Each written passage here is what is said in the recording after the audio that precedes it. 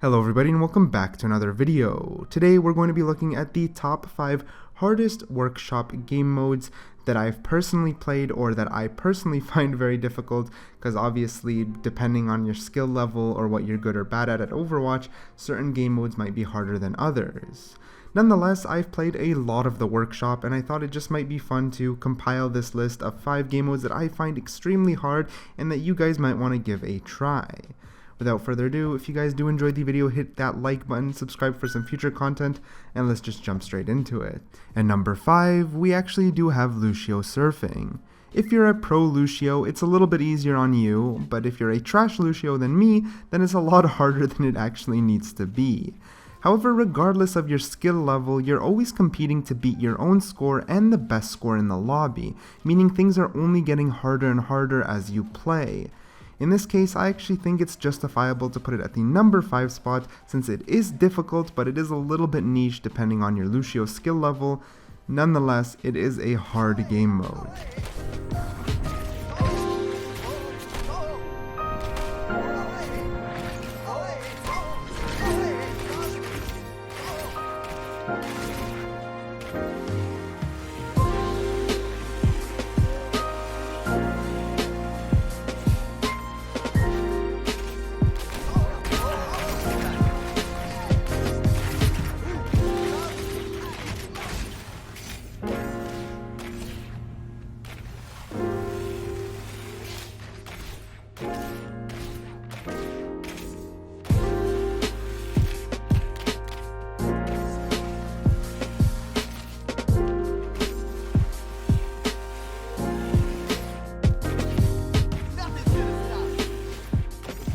Hope you guys were okay watching that horrible Lucio gameplay, but anyways, at number 4 we have McCree Hot Potato. Now again, this is at number 4 because it's a little bit hero based. If you're a good McCree, it's easier than if you're a bad McCree, and I'm a pretty bad one even though I enjoy playing him. Anyways, in this game mode, you have to keep the hot potato, or catching on fire, off of you by shooting the other McCree or punching them, as you can see in the gameplay.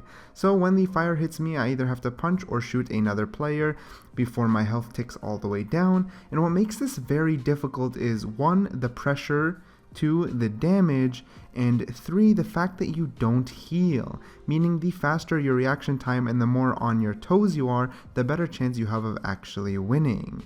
Anyways, I put this at number 4 because, again, a little bit hero specific, but yeah, it's still a great game mode, one of my favorites. Go check it out. I'll have the codes somewhere down in the description.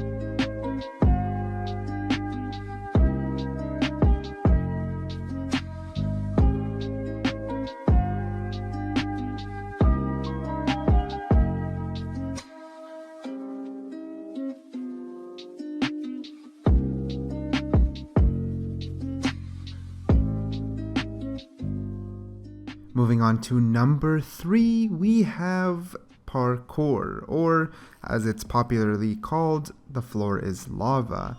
Now, the reason I put this at number 3 is actually for a couple of main points. 1, there is so many different maps and so many different variations that it is almost impossible to just know every single one or get used to a single map and then call it easy. There's enough different things to go around. The main and original hero was Genji, that's what they started creating it for, and for the right reason. There's a lot of little things like wall climbing, then shifting over to double jump, or jumping once to wall climb a tree and then double jumping onto a platform, that makes the puzzle very complex. It makes it more than just a parkour or avoid the lava, but something you have to actually think about.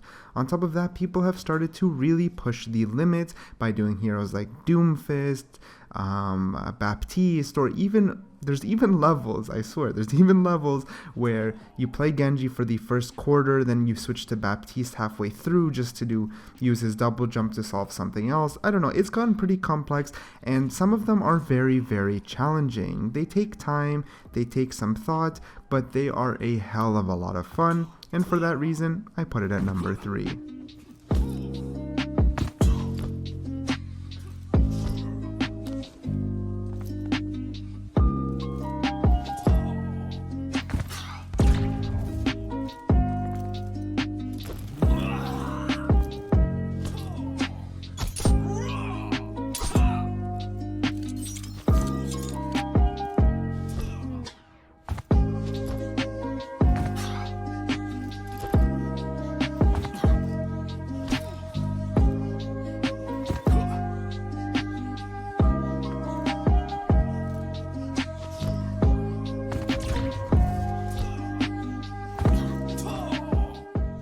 Alright, and at number 2, I'm gonna have to give it to Overwatch Pokemon.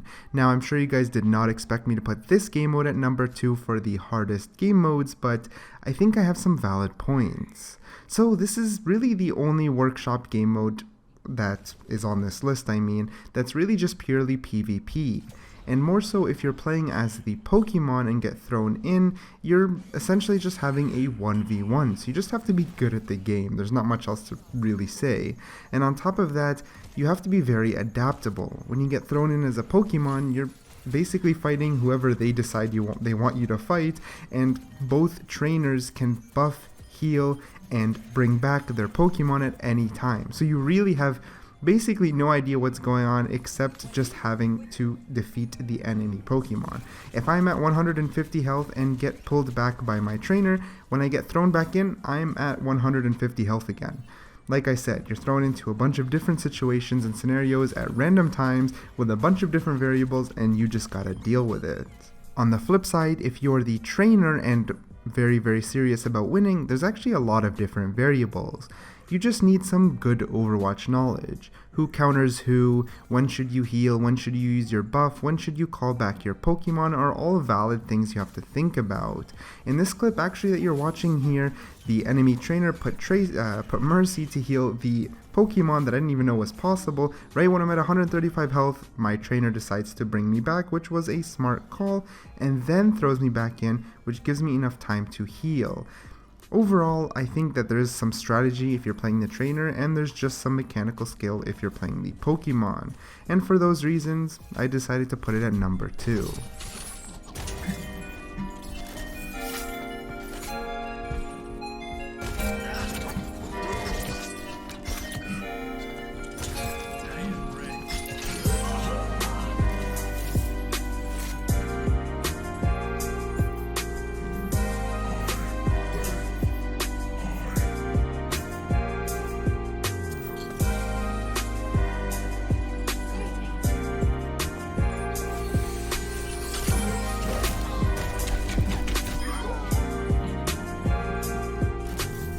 Alright, last but not least, at number 1, we actually have aim training.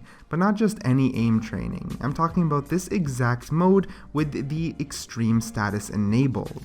So the minute you hit the extreme status, your health will start falling extremely fast, as the name implies. And the only way you can stop your health from hitting 0 is by hitting your shots or killing these Lucios that are running around, bouncing, jumping, stopping in very unpredictable patterns. If that is not enough, you can only play a certain amount of heroes that are people like McCree, Widow, Hanzo. Some of the easier ones are maybe Soldier and Tracer, but nonetheless it's very difficult and they're limited. So for example, McCree doesn't have his stun, Soldier can't heal, etc, etc. When you are put under the pressure of your health falling and the only way to revive it is hitting these extremely fast moving targets, it puts you in a situation that's very, very hard, and for that reason I gave it the number 1 spot. If you guys want to check it out, I'll have the codes down below, and let me know what you think is the hardest game mode in Workshop. You guys might think all of these 5 are easy peasy, and I'm okay with that. Let me know in the comments down below which ones you guys struggle with the most, and With that being said, if you enjoyed the video, hit the like button, subscribe for some future content, and I'll catch you guys later.